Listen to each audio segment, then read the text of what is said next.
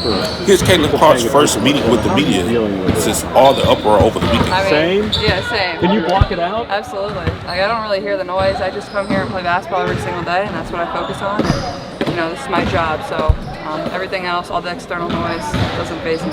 We're a young team. Like, when I'm playing the point guard spot, like, I haven't got to practice with my team much. Like, that's really hard.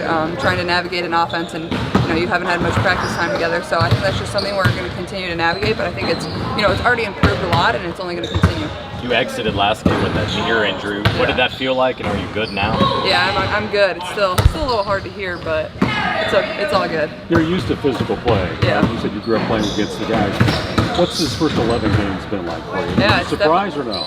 Yeah, it's definitely been physical. I mean, I wouldn't say I've been surprised. Like, I know the physicality was coming, and that's something I was prepared for. And I think this is the biggest adjustment is how physical this league is, and how good these players are that are guarding me. Like, they're in my space all the time. They're not going to help off of me, and just really great defenders. And so I'm still trying to learn and navigate that of like setting up cuts, using screens better, making better reads out of ball screens. I think it's just like all those little things that will come with time. I'm trying to learn on the fly too. So. Giving myself a little grace, but also I feel like I've already learned a bunch through the first 11 games, and I feel like you can see that, and it's only going to continue to improve. I'm curious, a diehard sports fan like yourself might turn on a sports center and stuff like that, but lately it's probably been all about you, for example. What do you turn on to turn that off? Yeah, I don't watch a ton of sports center. I mean, I watch the other WNBA games as much as I can. Okay. Movies, random shows, My little brother's living with me, so he plays a lot of video games, so sometimes I get caught watching that. I don't know. Just random stuff, What has your kind of message been to the team and how they handle situations like you guys haven't been encountering? Yeah, I think for one, especially for 2-2, C squared is obviously on a different as far as everybody seeing how everything goes for her individually and the scopes is on her. For her, I tell her to give herself some grace for one.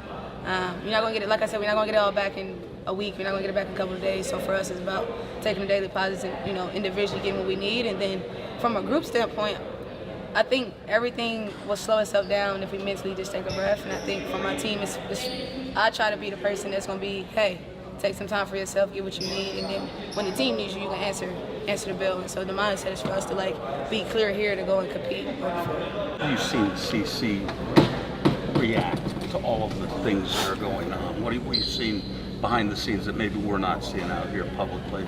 I won't say anything I don't know. She's a human, and I think that this world should treat her as such.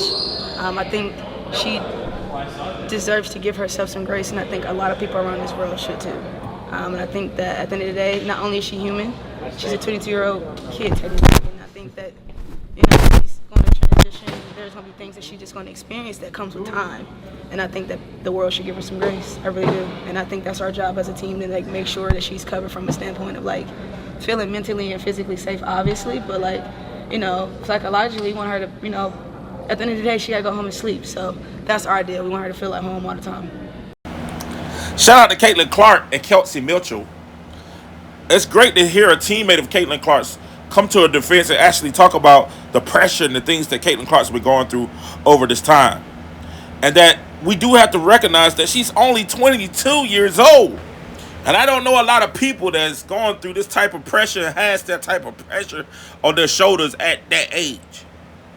I think it's great to see people come to her defense. I think we'll continue to see it. And listen, the sky's the limit. We'll be back with more. It's your boy King Joe. Peace.